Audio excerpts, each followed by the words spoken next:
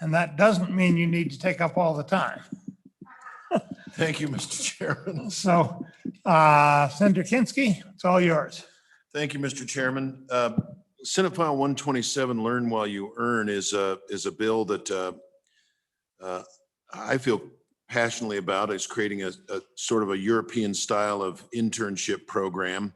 We have the first glimmerings of some of these in some programs Department of Ed and Workforce Services have done, but this one is really oriented towards the employer allying themselves and driving it with the local school district and in conjunction with their community college district. It's actually inspired and given energy by things I've seen Representative Greer doing with his firm on the other side of the mountain, where he's tried to do internships in their machine shop in conjunction with the local school and in conjunction with the community college, either in Sheridan or in Gillette. And what's missing to help drive it is just this bill to help weave some of the pieces together and also to provide some funding. So with that, Mr. Chairman, I passed out a walkthrough of the bill, and I apologize if that got lost in email. I thought I'd previously provided that to the committee.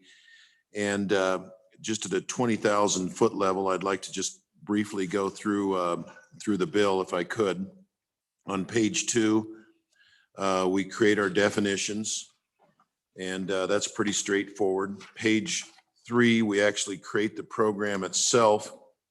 And so makes clear that the idea is that we're trying to allow students attending a high school or a college to earn wages while they're getting technical skills, but with an academically demanding oversight. So it's one thing to work in a machine shop, and it's another thing to have your local high school teacher overseen by somebody at the community college to make sure that the program has sufficient academic rigor that it is worthy of either high school or college credit. So at the bottom, it says a community college district that establishes a program, and onto the top, page 4, cannot utilize any of the funding provided here unless they meet these criteria. The program complies with the article. There's a written report of the program and its standards that goes to the commission for review. And every program shall provide students with paid opportunities. I'm on page 5 now. There shall be an agreement between at least one employer and at least one community college. And if they're in high school, there should be an agreement between the high school and the employer also. And then critically on page 5, is to provide college academic credit or educational credit necessary for a post-secondary credential. And the receipt of the college academic credit shall not be a requirement for under this article. Just, it doesn't have to be college academic credit. Now, this is where it becomes important, because you can have an internship, you can have a student in school, but what's missing is the mechanism by which there is that oversight from the community college and the high school to make sure the program is sufficiently rigorous as to be worthy of academic credit. And that you'll see that on line 16 on page 5. The program must require active participation by the employer to ensure necessary rigor for a college academic credit or credential program. And I would add, the compensation of the student comes from the employer, not from the district, not from the college. And then to be eligible, the student, and then we have some criteria for the student set forth on page 6. They have to be registered with Selective Service, which is not my idea. It's just standard fare in these kind of programs. They have to actually be enrolled and so forth. And if I'm zipping through this too fast, let me know. Page 7, there's a maximum of 4 semesters of participation while in high school and a maximum of 6 while enrolled in community college. And on page 7, each college determines the student's eligibility. And then at the bottom of 7, a school district may allow students enrolled in the districts to receive a portion of their education pursuant to an agreement with the college in a program under this, as well as concurrent and dual enrollment. And it encourages continuation or extension of concurrent and dual enrollment to this program. On page 8 is perhaps the most difficult to follow portion of the bill, lines 1 through 17. I've struggled through the language, but finally I told staff, I said, can you give me a layman's understanding of it? And they say that page 8, lines 1 through 17, this language is permissive of a wide range of negotiated outcomes as between the employer, the school district, and the college. The language simply provides the maximum that can be charged by the college to the district. The maximum is the sum of the wages earned by the student plus the cost incurred by the college for providing the education and by the employer for the training provided. And then it provides a limit on the maximum tuition that can be charged to the student themselves. And then if we can skip over to page 9, this first Romanette is an interesting deal. It is the subject of yet another bill that Representative Greer is carrying, and this has been one of the biggest obstacles. 29 CFR Part 570.50 is the OSHA regulation. And OSHA has a series of guidelines on when somebody who's under age 19 or 18 can or cannot be in a workplace, and in particular what they consider to be a hazardous workplace. And other states have crossed this bridge because there is an exception under those regulations for student learners. So there is a separate bill that's, I think, necessary for this program to get off the ground by Representative Greer that actually adopts the criteria that federal law requires for student learners to be in a machine shop and so forth. And then the balance of it is just administrative stuff on exactly how the college district commission gets the money funneled out, creating of an account, the appropriation, and a sunset date. The balance of it is sort of standard fare for legislation.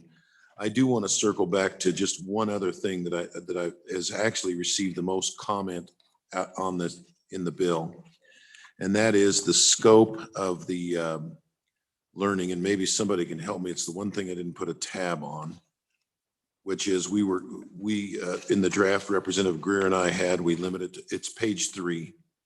Credential at the very top, lines 1 through 4. Credential means a license, permit, certificate, or other government or industry recognized qualification for working in the fields of instrumentation technology, welding, or as a machinist or mechanic. And I received a number of inquiries, both from colleagues in the Senate and the House, as well as from nonprofits and industry saying, could you make that broader? Why is this so narrow? The reason is, as the prime sponsors, we were concerned that this might die for people feeling that we're creating a much larger program than we are. These were ones that it was kind of easy to get our arms around on, that we knew that there'd been some successful track record in the past. And so we really regard this program as a pilot program that if we can, you got to walk before you can run. Other states, this is accepted and easily implemented. It's new to Wyoming. And so we picked these.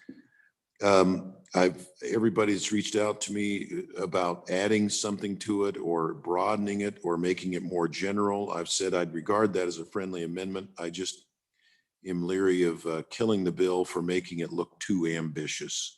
And so I don't know quite on balance where to come out on that. And so, Mr. Chairman, Senator Scott, that's my walkthrough of the bill and my presentation, and I'm happy to answer questions. And I think we have, I don't know how many folks we have here, but we've got some folks also, I believe online, don't we? Do we have people? We probably do.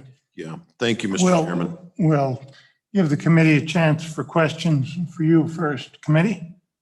Senator Ruffus. Thank you, Mr. Chairman. Senator Kinski, can you walk me through kind of who pays whom what in the whole arrangement for a student so that I better understand that? I think I'm getting it, but a little walkthrough on that part of it. Okay, so one example that my community college president walked me through, let's say that it's a machine shop in Worland. So the college one, the employer has to identify somebody in that community that boots on the ground can oversee the student. It doesn't have to be every day. And so that might be a teacher at the high school. So now the high school, because these things, you're not dealing with 30 students at a time, you're onesies, twosies, threesies. So the high school's got to cover the cost of this teacher being in that workplace. The workplace itself might have and this is all negotiated, they might have a supervisor that they're going to be taking time away from actually earning a profit for the company, where they're going to be spending time mentoring and tutoring the student and in meetings with the local high school teacher and the college. So it's to try and cover those costs. And then the college, the way my president explained it to me is he said, if we're involved in this from Sheridan or Gillette, we're still going to have somebody on the ground periodically, not all the time. They're going to have to stop in Worland and check in and, Zoom meetings and that kind of thing. So there's this time that this machine tools instructor is away from teaching 15 or 20 kids to where they're overseeing this internship, exercising this internship. So it'd be compensation for the time of the college teacher, compensation for the time of the high school teacher, and then any non-work instructional time that the employer's supervisor would have. That latter one, Senator, I would anticipate would be minimal, because really what this is just a huge recruitment tool for employers. When I was in home care, my respiratory therapist participated in I can't remember what's the word for it, practicums, where she'd bring respiratory students, she'd go out with them, she'd help instruct them. I never asked for anything from the college because I thought it was for the greater good of the industry. And it also allowed us to have exposure to people that were in short supply. So I would anticipate the employers are probably going to be seeking much, but we've got to make the district and the college whole. And so then in addition, obviously, the employer is paying the student some wage, and that's negotiated and open, I assume, right, to whatever negotiation. And then the student, if they're going to a college, I assume are then obligated to pay tuition for some number of credit hours to the college as well, although perhaps the employer would pick that up, but that too would be a negotiated component of this. So there's no, I see that there is a suggestion of a small appropriation, but this is not an appropriation funded program, really. It's all sort of internal and by agreement, and the employer picks up costs and everything else kind of goes as normal. That's what I'm understanding. That's my understanding as well, Senator. Okay, thank you, Mr. Chairman. We did make provision for the commission to try and put some flesh on the bones, as it were. Okay, Mr. Chairman, a different question. Thanks, Mr. Chairman. Senator, you mentioned the inclusion of all of the provisions of the check boxes. Let's see. Okay, it's on bottom of page 5 onto page 6, which is basically the Hathaway eligibility requirements, so to speak, are inserted in here, and I think they were copied and pasted over of selective service and all of that. Do you think those are necessary? I mean, what I'm contemplating, this is kind of out of Hathaway, but I'm thinking for your program, you've got an employer that wants to hire somebody and you've got somebody that's going to school. Do you think this bureaucracy is necessary? I don't see it as being necessary in any way for this. I don't know that we would care if you've got an employer that wants to employ somebody and you've got them at a school. I don't know why you would care about anything that was on page 5 or page 6 or even need to ask. Mr. Chairman, Senator Rothfuss, if I understand, were you asking what if a student's not actually enrolled in high school or college? No, Mr. Chairman, Okay. Senator, on page 5 onto page 6 is the eligibility language about registration for selective services. Yeah. I'm sorry, that gets down to the Romanet 4 and beyond, not Romanet 1. My apologies for, but all the federal loan stuff, basically, and Yeah. residencies and checking whether you have appropriate citizenship status. It seems like if you're going to hire somebody, they have to be workplace eligible. You have your I-9. And beyond that, I don't know why I don't know why anybody cares. If we're not giving state money, well, I don't know why anybody cares about checking Romanets 4 through 8. It looks like bureaucracy. Mr. Chairman, through you, Senator Rothfuss, I assume that this is probably just a belt and suspenders approach by LSO staff to make sure those bases are covered. I don't think you can participate in these programs without meeting Romanet 4 through, not being default on a student loan. You have to be registered for selective service. But I think the Community College Commission is probably going to weigh in on the bill, and they might be better suited to answer whether we really need that language or not. I Well- prefer less language rather than more. Mr. Chairman, we have a tremendous international population that are not residents of the United States at all of our colleges and the university. This excludes them explicitly. Mr. Chairman, Senator Rothfuss, permanent resident alien. I hadn't thought about that. I had not thought about that, but you're right. I mean, it's interesting what the diversity that machine tools have brought to the Sheridan community. It's fascinating to me. It is transformative. And so I can see that if you've got somebody that's an overseas student and they're working their way through college and they want to work for a local employer, pick up those skills and hopefully go to work for that employer and become a citizen.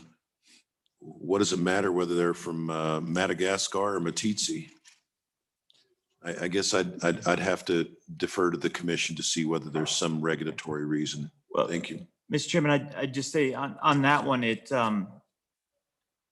I believe this was just copied and pasted from Hathaway. I remember all of this from Hathaway, and that's state funds going to theoretically Wyoming students. So you can see some motivation there. But as we get into the interest of the employers, seems like they want to hire the best folks available. And as you said, if that individual happens to be from Madagascar and going to one of our colleges, I struggle to see why we would say no.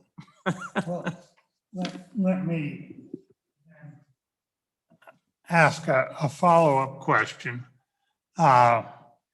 Is there a way we can put in, other than the language that you see on page 6, line 13, is there a way we can put in a requirement that they're at least legal to work in this country?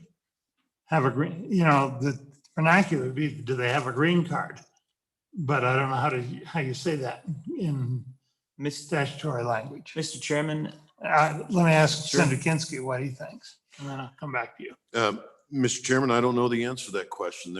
I know there's a variety of statuses. I don't know if you have a student status, if you're eligible to work, and if you have a work status, if you're eligible to be a student. Immigration befuddles me. So it might be best put to the College Commission, and it might be something I have to dig for an answer. Okay. Senator Rothfuss? thanks, Mr. Chairman. I assume their official status would be that they would be employed by this company. Do I understand that correctly? Chairman Scott, Senator Rothfuss, yes. So, Mr. Chairman, then by federal law, they would be required to meet employment eligibility. They wouldn't, assuming the employer is not doing anything dodgy, Right. then either they meet federal employment eligibility and their visa status makes that clear to them. I don't know that we have to state law over the top of federal employment eligibility based on visa status. We could, but again, that just to me creates additional bureaucracy where now we've got our own immigration system and somebody has to administer a state of Wyoming federal immigration system. I don't know that we want that. Yeah, I don't know what the right language would be, Mr. Chairman. Yeah, It's a good question, though. I would think we ought to think about putting in something, because this is not only talking to the bureaucrats about how to administer, it's talking about the students, should they apply. And I think we would want to avoid a chance where we were overtly avoiding the federal law. So if we could get some generic language, it'd be a good idea, but I'm not about to do it on the spot here myself. Okay, anybody else, any questions? Senator Ellis? Thank you, Mr. Chairman. Senator Kinski, I had a question about kind of along those lines on page 9. You referenced that 29 CFR part 570.50. And I know there's some of us in the legislature that always get nervous about being really prescriptive when we list these in here, because sometimes they change and then we need to do our due diligence to make sure they're updated. But as I'm looking through the CFR, it looks like just something to consider for this committee. Did you look at 570.50 or did you do a lot of research in what that is? Because I'm looking at it right now. And I think if we were to change that to instead of the 0.50 to subpart E, then it covers 50 and then, paragraphs 50 through 68. And these all deal with minors working in hazardous employment. And then if you keep looking, then E-1 deals with occupations in agriculture, particularly for kids below the age of 16. So I didn't know if we wanted to look at that and see if that would be covered. And then going back up to subpart C of this part of the CFR, there are regulations at the federal level in place for children doing work study programs. I think that are contemplated by this particular bill, and they reference, state programs. So I think this is a good bill to, for Wyoming to work on. Senator Rothfuss's question of, do we need this? I think we do, because the federal law and the regs state that there are contemplated state programs, and we don't have one in our statutes.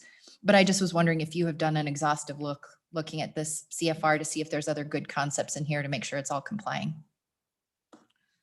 Mr. Chairman, Senator Ellis, no, it would, rather than exhaustive or comprehensive, I'd say cursory, that I reviewed it with Representative Greer. I should have brought a copy along. It's the particular section that he's looking to is exactly the one you're talking about, which is the code prohibits students in hazardous occupations, but then it has exceptions for student learner programs. And so, and it has requirements of state law. So we need to have both this program and Senator or Representative Greer's bill, where he's specifically adopting some things that need to be on our books to qualify under that OSHA student learner exception. And I should have brought that along with me. I share your unease about just calling out a specific CFR because it changes, it gets renumbered. And so it could be that maybe for student learners under federal OSHA laws and regulations or something, it could be made more generic than a particular CFR part. Mr. Chairman, sorry. How we want to go. We could take out the 29 CFR part 570.50 and just say under federal law, which is the generic solution to that. And then you can say they've really got to meet the federal requirements, which they do. Or you could, if you thought that the existing language was proper and covered everything you wanted to, then you just add the words or subsequent similar federal enactments. So if they change the numbers, we're covered. You can do it either way. And Senator Kinski, we'd like your advice on it, and the committee will think about it. Mr. Chairman, I like the idea of maintaining the call out of CFR 570.50 and adding or subsequent similar federal enactments. Mr. Chairman? Senator Ellis? Just to offer, I'll work with Senator Kinsky. I don't know enough to bring an amendment that would be a standing committee amendment. I don't know that 570-50 is broad enough because there are other components of it. But I will work with Senator Kinsky and if appropriate, bring a committee of the whole amendment after I get a chance to understand it better, if that's okay with the good senator. Okay, and we'll have a little time because this does have to go to appropriations. Thank you, Senator Scott and Senator Ellis. Okay. Anybody else? Questions? Mr. Chairman? Senator Ellis? Thank you, Mr. Chairman. We received some comments, or I did, I should say, from the Community College Commission about some suggested amendments. And I was wondering if you've worked with them and understand some of their requests for changes with language. Mr. Chairman, Senator Ellis, I received those comments as well. I think I've got them here at hand. Frankly, I was concerned that it might make the bill more complicated than it needed to be, and I felt content with leaving it to the rulemaking by the commission. I think they've got broad enough authority, and I just, the first comment was one I've commonly received, a wider range of applicable programs. That's fine. But then we started getting into some of these things that can get fairly complex, and I'd simply prefer to leave that to the rulemaking. Now, if Ms. Caldwell has some reason why that can't be done, then perhaps we can look at the amendments. But having worked on these with Wyoming Works and prior legislation, when you start getting down into the innards, you can get some very complex legislative language and it risks losing the bill. And so I'd prefer to keep it generic, but I look forward to seeing what Ms. Caldwell says that they absolutely have to have in terms of additional language that they can't do by regulation.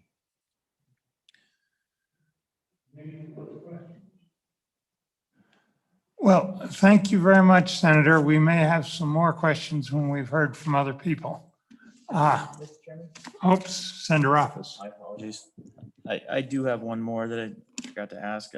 On page 7, paragraph E, no payment shall be made for a student's participation in a program under this article for more than 4 semesters while enrolled in a high school and 6 academic terms while enrolled in a community college.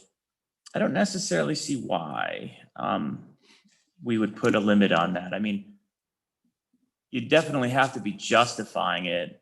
I don't know that you can't just keep going back to the same well for new college credit and high school credit over and over again. But I don't know why we have to be explicit on that limitation. It seems like we're cutting off the possibility of some creative program that goes 3 years, for example, in high school. And I don't know why we would be inclined to do that when I don't see this really causing harm.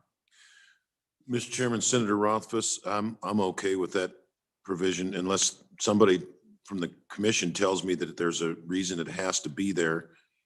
I'm okay with that coming out. Again, I prefer shorter to longer. And, you know, this is what we're really hoping for is employers to come to the fore and help put some of these programs together. And I think the less complicated it is, the more likely it is to get off the ground. So I've got no heartburn if that piece comes out. I'm with you. We've already put sideboards on it. It has to be sufficiently academically rigorous. And if there's some young student that's on fire starting from their freshman year and wants to invent the better mousetrap by CNC their freshman year in college, let's let them have at it.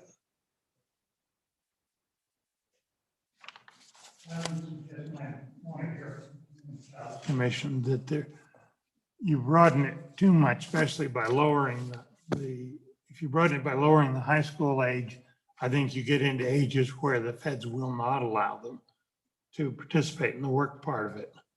I think you'd run a real risk of that, given what we're talking about here. And if you broaden it too much in the upper end, I think you run a little risk of starting to attract professional students. There are professional students. I've never been one of them, but hopefully between the college and the high school and the employer, that really the idea of this is up and out rather than on and never leaving, but Okay. thank you, Mr. Chairman. Okay. Anything further? Okay. Thank you, Senator Kinsky. Thank you, Mr. Chairman. I'll wait your call. Okay. What we're going to do is we'll ask for if there's any testimony here in the room, and then we'll go to anybody on the internet. Yes, ma'am. I don't care. There. Thank you, Mr. Chairman. My name is Tammy Johnson and I'm with Wyoming State, oh, sorry, let me get this here. My name is Tammy Johnson and I'm with Wyoming State AFL-CIO. I've looked over this bill and last year talked with the sponsors pretty extensively. And I don't know if it would have been before this committee, but before the initial committee that heard the bill, a representative from the Department of Labor, the U.S. Department of Labor, who lives here and oversees the state apprenticeship programs, Ms. Mike Broad, testified on just the scope of earn while you learn programs that there are currently in the state and that are available through the Department of Labor. This bill is spot on with what the Department of Labor is doing. And so that brings me to a bit of a conundrum. Is that, do we need legislation to do that which is already in place, being done? I know there's an appropriation with this, so maybe the appropriation is what is needed through legislation. But the Department of Labor has issued a lot of guidance for what would be appropriate pre-apprenticeship programs at the high school level. They have all the guidelines that are in place, probably in their rules and regulations under some of the federal statutes that were referenced through this bill. Also, the Wyoming Department of Education last year was working with the Department of Labor on a pre-apprenticeship program. And I know that for high schools, and I know that here in Laramie 1, Superintendent Boyd Brown was working with the Department of Ed and the Department of Labor to make that happen. And when I was on the school board in Albany County, Dr. Jubal Yenny was interested in pursuing that as well through the high school, establishing a pre-apprenticeship program. There are a lot of documents and guidelines that I'm happy to forward to the committee if you'd like to look at that. I know time is of the essence now, but suffice to say that this bill is headed in the right direction for that. I did want to share with you that through the unions in the state, we have many apprenticeship programs that provide a wage, paid apprenticeship training, as well as health insurance and pension benefits when students enter those apprenticeship programs. The IBEW program pays a starting wage of $16.50 an hour, somewhere in there, goes up and down a little bit, but then that also provides health insurance and they're paying into a pension. And these programs don't cost the students anything. They're provided through the union, through union members' dues. Part of the dues that union members pay go into the apprenticeship training. Here in Cheyenne, we have the plumbers and pipe fitters program. In Casper, we have the IBEW electricians program. We have the International Union of Operating Engineers have a facility in Texas that they send students who are interested in learning how to run heavy equipment, cranes, the kinds of equipment you see out on wind turbines here in the state. They send the students to Texas to the training facility, and it's a state-of-the-art training facility. And the students there get paid travel, paid housing, and they're paid while they're there.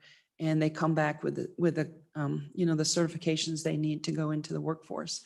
The interesting thing and I think that this bill would ensure it, but the Department of Labor has very strict standards, and we've talked a little bit about academic rigor.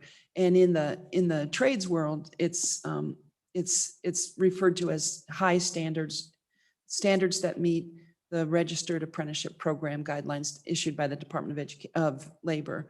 And those are based on a certain number of hours in the field, certain number of hours under mentorship, certain criteria, skill sets that, say, a welder would have to meet or a crane operator would have to meet before they moved on to the next level. So those programs are already working with industry, and they're already working in the pre-apprenticeship phase, working with the schools and community colleges.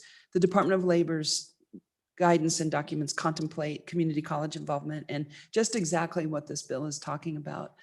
So I would encourage, as we move forward on this, that the Department of Labor be involved in some of the guidelines, and that, you know, some of the apprenticeship programs we already have in the state are also at work. I know that instrumentation technology, something like that is taught at Western Wyoming Community College, and apprenticeship students come in from some of the, I know from my work at AFL-CIO, they come in under the guise of maybe a factory that has union employment, and then they will run that apprenticeship program and pay for the apprenticeship students to attend Western Wyoming Community College. And then, you know, they get their training and then they go back to the job. And the certification that they leave with is critical. It's critical that whatever this bill does, that it provides the students with a certification that gives them the skills they need to continue on in that career, that it's not just a stopgap to say, oh, we're sticking our toe in it. Wouldn't you like to see what it's like to be a mechanic? Or wouldn't you like to see what it's like? Sort of those job shadow days of yore that maybe some of us experienced when we were younger.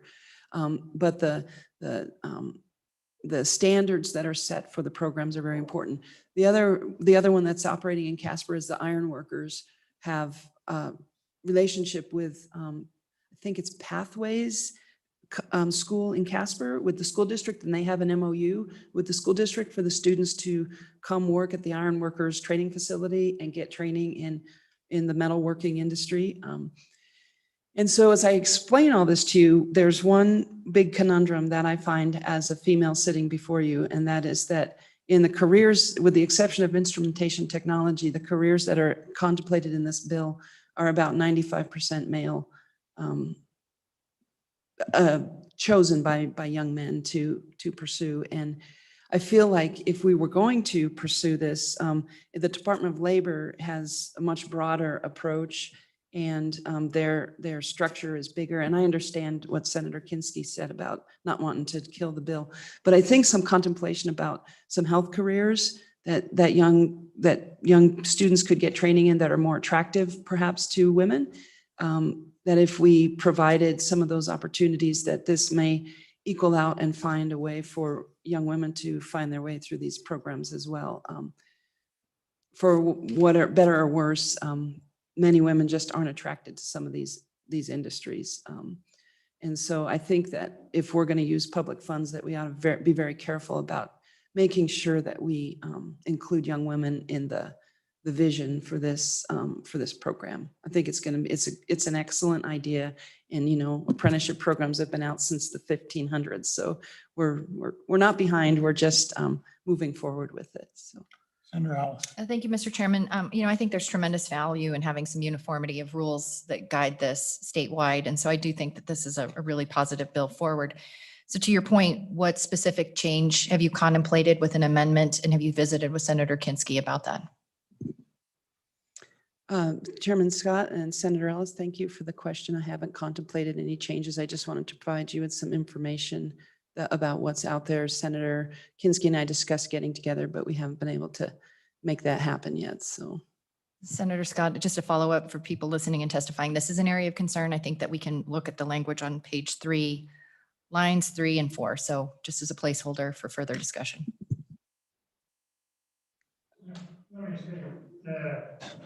I had a similar thought when I looked at the list and thought about what about nurses, but it struck me the way nursing education works these days. I think they're already doing most of what this bill calls for. So I couldn't see adding that profession. I think that's fairly widely true in the health professions. So I think they're already there. Chairman Scott and members of the committee, that's exactly my point. I think that much of this is already being done. I think the benefit of the appropriation should be made available to all of those fields. You know, high schools have for quite some time been doing home health care training, CNA training, and students leave with the ability to get a job as a CNA. And this bill approaches that as well. But there are many fields, the culinary arts, you know, I don't want to stereotype, but there's a lot of fields through the Department of Labor's apprenticeship program that would benefit from this. And we, as I said before, we have many apprenticeship programs across the state already in mechanics, for mechanics, machinists, and welders. So they just encourage you to, I think more broadly would make it more successful. Thanks. Okay. Anything else? Any other questions? Okay, thank you very much. Thank you. Anybody else here? Anybody else? Director Caldwell. Yeah, on the. Okay, nobody else here on the internet. Who's first, LSO? Mr. Chairman, Dr. Caldwell had her hand up first, and then I'll admit 3 other people as well, including Okay. Superintendent Balo. Proceed, Dr. Caldwell. Mr. Chairman and members of the committee, I am Sandy Caldwell. I am the Executive Director of the Wyoming Community College Commission and former professional student that it worked out. And I believe our CFO, Mr. Larry Buckles, is here if we get into funding questions. I do have responses and answers to many of the questions that you posed, so I wanted to make sure that I get through those for you, because I do think that most of these questions can be resolved and actually help and simplify a little bit. So for this bill, I only want to add elements that will strengthen what really is already a solid bill. We worked on a lot of elements on this last year following the successful implementation of Wyoming Works. So I do want to mention that we do have some lessons learned through that. And I did make sure that I provided those to Senator Kinski and to you as a committee. And I actually have some additional follow-up with that. And we have long voiced the need for paid internships and work-based learning. And this actually being in the high school and providing that opportunity really provides the chance to actually broaden the exposure to students to that. When you talk about gender selection in those, it actually allows for that exposure at a young age through work-based learning, so that there's a better understanding of what these programs are. And I just want to clarify, related to some comments you heard earlier, this is not only a pre-apprenticeship, but it is also really an internship focused more broadly on high school students. And I did have the chance to visit directly with Department of Workforce Services. I don't know if they're going to be on here. And I did follow up with Department of Ed. I see that the superintendent, I believe, is going to be responding. And I did also follow up with the college presidents on some of these details. I did provide you with a summary document, from the Educational Attainment Executive Council and its co-chairs, Dr. Kim Dale, who's the president of Western Wyoming Community College. You've heard that institution mentioned today, and its co-chair, Dr. Edward Seidel, who's the president of the university. And what they wanted to outline is how this bill addresses specific elements within the Wyoming adopted attainment plan. And it is really laid out there, and I provided the reference to that, along with 2 other bills that are in play this particular year. And I also wanted to make sure that you were aware that this also supports the newly adopted Community College Statewide College System Strategic Plan. And it was actually in the 2010 strategic plan and the 2014 addendum to that strategic plan. And in fact, I worked on some of this type of effort back in the day when Senator Tex Boggs was around, and just after Hathaway was implemented at Western Wyoming Community College. I have provided suggested edits to Senator Kinski and to you. I'm not going to go through all of those because you do have them, but I do want to go through some of the questions that were posed, because I do think I can answer some of those for you and help you move forward on however you might want to do amendments. I'm going to try to do these in order, but I wrote them down as they were coming. Let's see, page 3, lines 3 and 4. You've already heard about it, potentially expanding that. We suggested considering the Wyoming Works language. If you want to narrow that down. Let me interrupt here. Do we have a copy of these proposals? Should be in the back of the packet.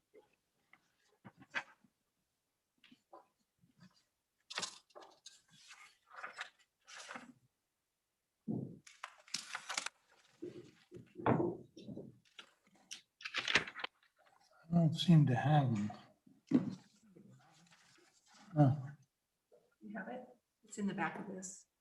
where? The One last more page page, of the this last one right page. here. Oh, last. The last page of that one. Okay. There you go. Well buried. Okay. Go ahead. Okay, Sorry Mr. for interrupting. Chairman, page 3, lines 3 and 4, you've already heard that mentioned. Our recommendation was to use something parallel language to Wyoming Works.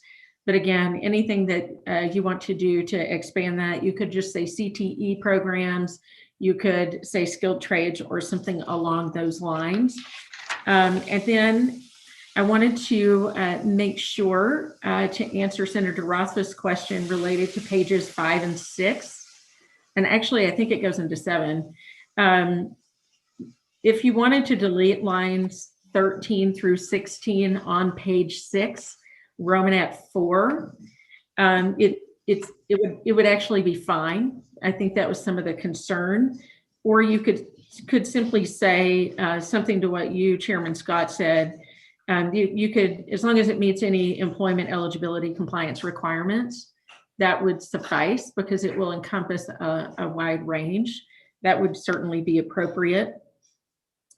And then on page 7, again, I think this was brought up by Senator Rothfuss, lines 12 and 13, increasing the semesters is fine with us. If you want to keep the sidebars on it, that's fine as well.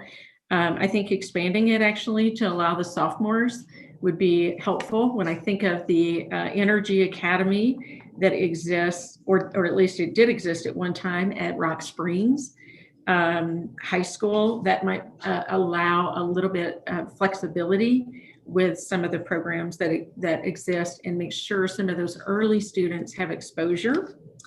And then on page 8, I did have quite a bit on that, and Senator Rothfuss did specifically ask a question on lines 9 through 17. There is already statutory language that prescribes how dual and concurrent works.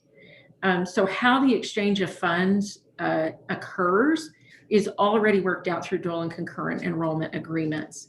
So that part of it, because I think it's referred to SEA 52, I wish I remembered the year off the top of my head, and Larry might know that. But the colleges do already have that.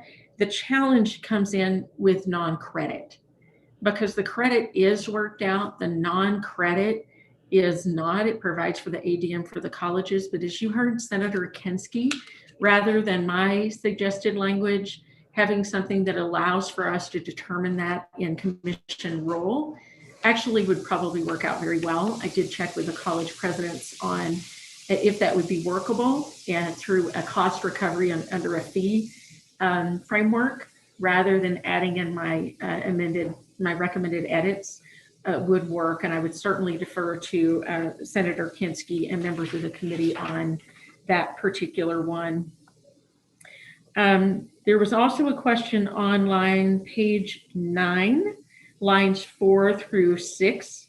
And I think your recommendations, I looked at it very quickly while you were discussing that. More general language under the federal would work. If you combine Senator Scott's recommendation and Senator Kinsky's, I think you could come up with something that would allow for it. Again, House Bill 239 is underway, and that will actually resolve a whole lot of things, but we don't know if that one will pass. So more general language that encompasses what both the chairman said and Senator Kinsky should actually suffice for those items. So I think that covers it. I think I already mentioned page 6. I think I answered all of your questions.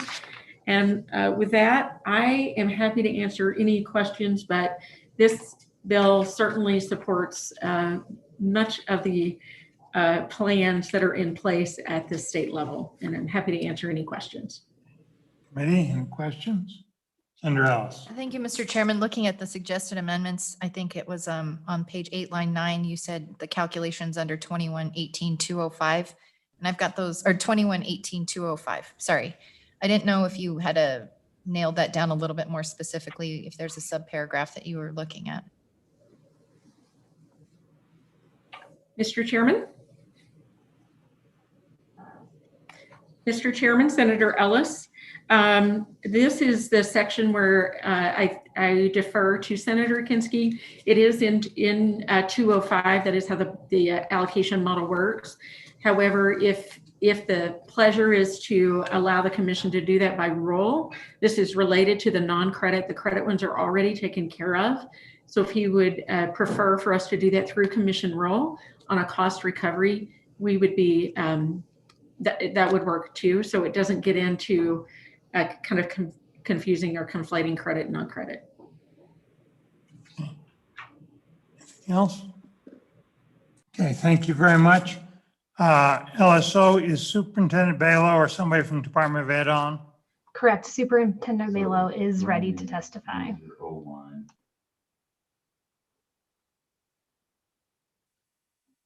Okay, proceed. Good morning, Mr. Chairman, and thank you so much. I would just like to thank the sponsors of this bill first, who I know, as they attested to, but attested humbly, that they worked hard during the interim, not just one interim, but 2 interims with staff, including mine at the WDE, local school boards, higher education, and business and industry. I know others on the line and in the room will attest to the specific merits of having more students involved in meaningful work experiences in school, and they will continue to provide valuable input on this bill.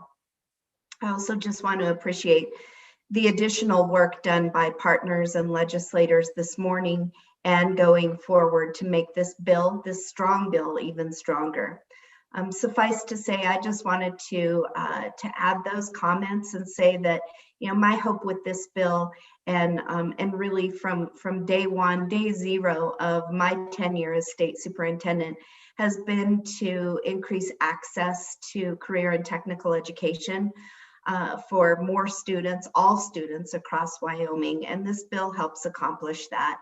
And across multiple sectors, which I think is great, and it leaves room for future growth should this be an anchor that we want to use in Wyoming more often in the future. This aligns well with the work that we've used, or the work that we've accomplished to make career and technical education and a career in the trades plan A for students, not plan B. Including, you know, we just leading up to this aligns so well with some of our other efforts and accomplishments as a state, including adding career readiness into our accountability system, expanding the Hathaway Scholarship, and reaching our post-secondary attainment goals. This adds to our efforts and elevates career and technical education, and also elevates the all-important trades right now as we look to diversify Wyoming's economy and prepare the next generation to love Wyoming as much as we do. And with that, Mr. Chairman, I thank you for just the opportunity to make a few comments this morning.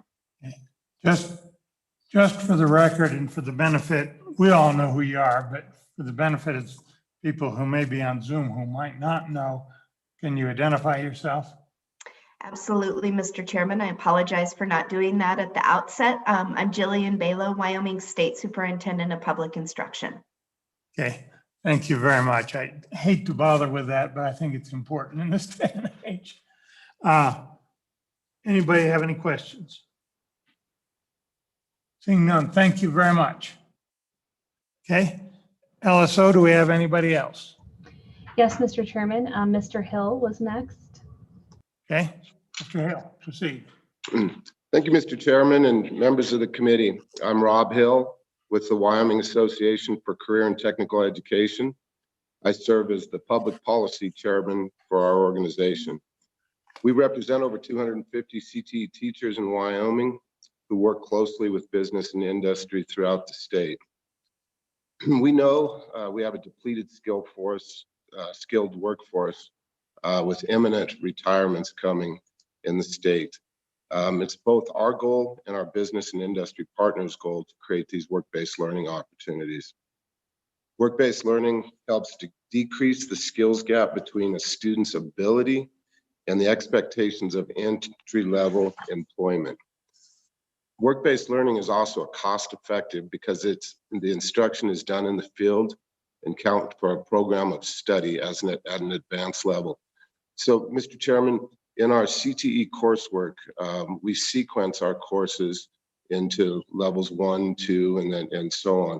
The work-based learning gives an opportunity to expand into our level 3s and 4s.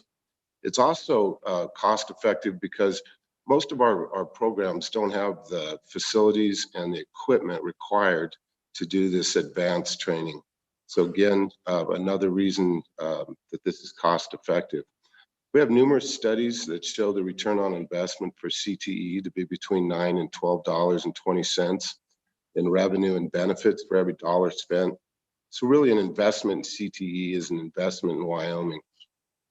Pertaining to this proposed legislation, we did request that there be a broader definition of the occupations by using skilled trades and instead of the more specific instrumentation, welding, machinists, or mechanics, just to include some of our construction people that may be involved in other skilled workforce that might pertain specifically to this bill.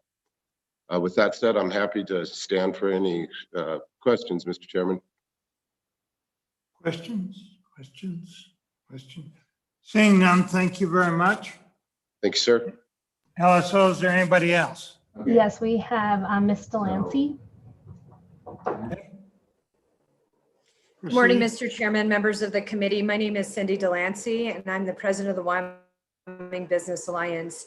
I appreciate the opportunity to be here with you virtually as getting out of my place north of Cheyenne just wasn't in the cards this morning. So on behalf of the membership of the Wyoming Business Alliance, we stand in strong support of Senate File 127, as well as the companion bill, House Bill 239. Senator Kinski did a lovely job, as usual, outlining both bills and kind of their necessity for each other. Chairman Greer has been working very hard, as has Senator Kinski and the other sponsors on this bill, for many, many years on trying to clear a path through this bureaucratic maze that employers face, trying to give Wyoming kids Wyoming experiences. As Senator Ellis has highlighted through her discussion with the federal regs, this is an extremely complicated area of the law, and it's taken some of our best and brightest minds to try to come up with at least a launching pad for how to get these kinds of student learner agreements under the exception to kind of add additional pathways in the Learn While You Earn program and have both of these discussions working on a parallel track for the benefit of Wyoming business and industry. As Senator Kinski mentioned, this is a very strong recruitment tool. Our business community needs every opportunity we can to find ways to bridge those gaps between the education community and the private sector. And we really see this piece of draft legislation as being one of those. I don't believe it's duplicative to address some of the former testimony because if things were working so well under our federal system, we'd have kids in apprenticeships all over our state. We simply don't. Is this bill perfect? It might need some adjustments? You bet. What piece of legislation doesn't start from a conversation, a concept? But we encourage this bill to move forward. We appreciate the hard work and the stick-to-itiveness of Senator Kinski and Chairman Greer on not letting up on trying to find ways to, as I said, work through Department of Workforce Services, the education components, the private business, the workers' comp, the federal statutes, the OSHA regs, all these things that have just become insurmountable barriers for employers to be able to have these types of opportunities for Wyoming students. So for these reasons, Mr. Chairman, the members of the Business Alliance ask for your favorable consideration on Senate File 127, as well as House Bill 239 when it comes over to your chamber. Thank you. Okay, thank you. Committee, any questions? Seeing none, thank you very much. So does that complete the public testimony? No, we have 5 more people, Five Mr. more? Chairman, correct. So we'll We're start gonna have with time trouble then. Miss Dale. Thank you very much, Mr. Chairman and members of the committee. I apologize. My name is Kim Dale. I'm president at Western Wyoming Community College, and I have a terrible head cold. So I apologize for that. But I did want to take an opportunity just to thank you. I wanted to share with you some boots on the ground examples on how this bill can be very, very helpful in Southwest Wyoming. We have a call for action for a number of trained workers. We're looking at the growth potential in the Trona industry. We have one of our Trona mines here that has already announced expansion efforts, and they have a need for 600 trained workers in the next 3 to 5 years. And those will be in the areas of construction, manufacturing, and industrial technology, something Western has partnered with these folks for years, but perhaps not had this call to action to get the trained workers in place. And I think Okay. I'm going to cut you off at this point and apologize for it, but we've got 15, 20 minutes to finish this bill, or it's going to get laid back till next year. So. Thank you, Mr. Chairman. LSO, who else is there? Mr. Larry Buchholz, can everyone else please turn their camera on so you guys can be ready to testify if you do want to testify? I just want a minute or two out of each one of you. I'm sorry, I didn't realize how many people there were. And then Mr. Rob Hill, did you want to testify? Oh, you already testified. Okay, we're good to go, Mr. Chairman. Okay.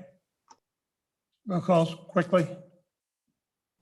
Mr. Chairman, I was just here in support of Dr. Caldwell and the commission, so I don't have any comments. Okay, who's next? Mr. Cornella? Yes, sir, go ahead. Yeah, hi. My name's Phil Cornella. I am the apprenticeship coordinator for the International Union of Operating Engineers. I just had a couple of questions for you.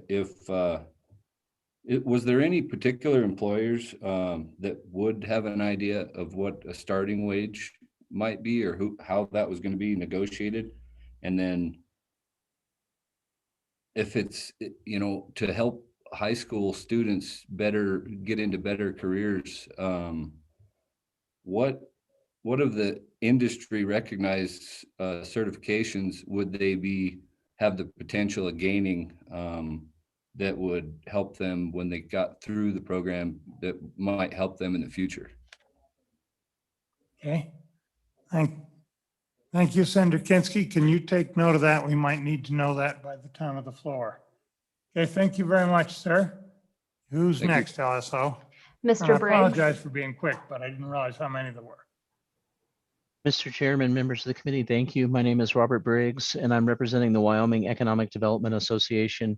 Knowing that you are short on time, I just wanted to say that on behalf of our 150 members statewide, that we are in support of Senate File 127, and we believe that it is an example of providing tools to businesses to collaborate with educational partners to provide valuable education and training to help our students be ready to enter the workforce. And we encourage you to vote in favor of this bill. And thank you very, very much for your time and all the work on the bill. Okay, thank you. And LSO, is there another one yet? Mr. Chairman, that wraps up public comment virtually. Okay, we'll close the public testimony. Committee, do I hear a motion on the bill? Move the bill. Motion is due passed. Do I hear any amendments? Senator Ellis. Thank you, Mr. Chairman. I move on page 3, lines 3 through 4, delete the fields of instrumentation, technology, welding, or as a machinist or mechanic, excuse me, and in its place, insert a skilled trade.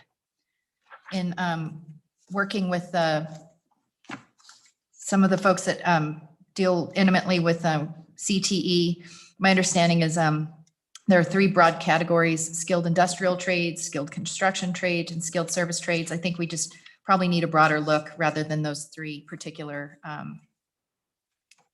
occupations listed on page 3. So that's the amendment, is inserted Okay, as skilled trade. So you would insert after the word for on line 3 of page 3, you delete the balance of the line, insert a skilled trade, and then delete line 4. Skilled trade, period. Sure, Mr. Chairman. Is that right? My amendment was to delete the fields of instrumentation and then the balance of line 4. So it would be recognized. So it'd be for working in the fields of instrument. So it'd be, you'd insert after working in, you'd insert this a skilled trade. Period. Okay. Committee, any discussion? Question on the amendment? All those in favor say aye. Aye. Aye. Opposed? That carried. Anything else? If not, I'll have an amendment on page 9. Okay, on page 9, I would move delete 20, page 9, line 5, delete 29 CFR part 570.50 and insert federal law. And I would say that the reason I'm doing that, I think that it is broader than just the specific site. And by saying federal law, if they change it or renumber something, that covers it as well as my standard subsequent similar federal enactment. So we'd kill both birds with one stone. It's a little broader than the sponsor wanted, but that's a motion. Mr. Chairman, Senator Ellis. just a concern with that, in looking at the CFR, there might be portions that are more applicable to what the senator is trying to target and others that are less. And so I am a little concerned about having that unless Senator Kinski has a preference, and I would welcome him to come back to the mic if he has a thought. Senator Kinski. We'll give you a second shot at it. Mr. Chairman, thank you. Senator Ellis, I'm okay with it either way. I think it's generic enough. Just to say federal law, and given that I think I'm probably going to have to work with you on a committee of the whole amendment to just, as Sandy Caldwell suggested, that we make their rulemaking a little bit broader and cut out some of the superfluous language in here. And so I think we'd be okay with just under federal law. Are you satisfied, Senator Ellis? Yes, thank you. Okay. Okay. Question? Question being called. Everybody understand? All those in favor say aye. Aye. Aye. Opposed? Anything else? No, Mr. Chairman, I will work with Senator Kinski on a committee of the whole amendment to tease out some of these other issues. Okay. Okay. Any further discussion on the bill? Further discussion on the bill? Call the roll, please. On Senate File 127, Senator Beitman, Aye. Senator Ellis, Aye. Senator Rothfuss, Aye. Senator Salazar, Aye. and Chairman Scott. Aye. And that's 4 ayes, or 5 ayes, excuse me, do pass amended. Okay. Very good. We'll have to get this re-referred to appropriations. And again, to those of you who were on Zoom, I'd have managed time a little better if I'd known how many there were. But I felt the need to get it out because I felt that with the requirement to go to appropriations, if we carried it over a day, it would be carrying it over to next year. And I didn't think the committee wanted to do that. So apologize. And we are having to move a little faster than we used to we're further away from the chamber with this new redesign of the Capitol, and we have to quit a little earlier. So, okay, thank you very much, committee. Thank you, Mr. Chairman, committee members. Hate to have to rush things like that. But I could see it was.